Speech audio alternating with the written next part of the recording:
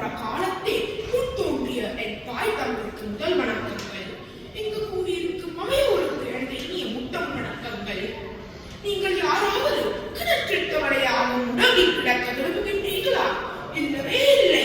மாறாக இந்த பரந்த உலகை அடக்க விரும்புகின்றோம். உயர்ந்தமானதை துடிக்கிறோம். இவ்வாறான எங்களை விசாலமான உலகை நினைக்கும் பாலமாக திகழ்வதுதான் பத்திரிகைகள். தினம் தோறுமோ அல்லது வாரம் தோறுமோ இணையம் வழியாக வந்து காகிதமாகவோ நம் வீடுகளில் தமிழும் நாளிதழ் நம்மை விழிப்போடு வாழச் சொல்லும் ஒரு தூதுவர்.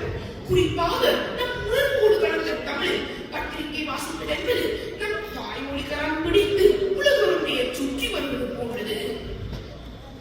யாவறிந்த மொழிகளிலே தமிழ் மொழி போல் நீதாவது எங்கும் காணோம் என்று பாடிய பாரதியார் அந்த தேன் போன்ற தமிழை ஒவ்வொரு வீட்டில் நிர்ணயிக்கும் கொண்டு செய்தது சுதேசமித்திரன், விஜயா, இந்தியா, சக்கரவர்த்தினி ஆகிய தினசரி வாரமாத இதழ்கள் மூலம்தான்.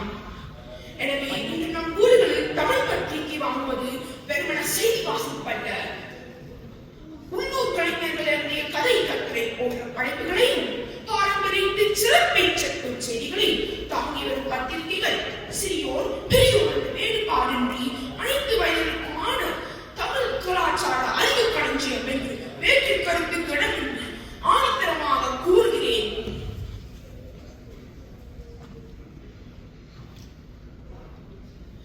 இன்றைய பத்திரிகைகள் நாளை கலாச்சார சுவடிகள். சாவில் தமிழ் படித்து சாக வேண்டும் என்ற சாம்பில் தமிழ் மணந்து வேக வேண்டும் என்றார் ஒரு புலவர். மாணவர்களாகிய நாம்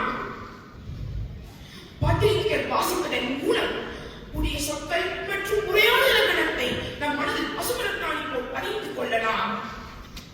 சிங்கை திருநாட்டில் திறமாக அச்சிடப்பட்ட பத்திரிகை நாம் அடிக்கடி வாங்கும் குடி தேநீரின் பாதி பங்குகளை விட குறைவுதான். எனவே எனது பேச்சை கேட்கும் அனைவருக்கும் ஒரு அன்பானவர்கள் எண்ணுக்கணக்கற்று சமூக வலை இணைப்பெருவெளியில் நிறைந்திருக்கும் சமூக வலை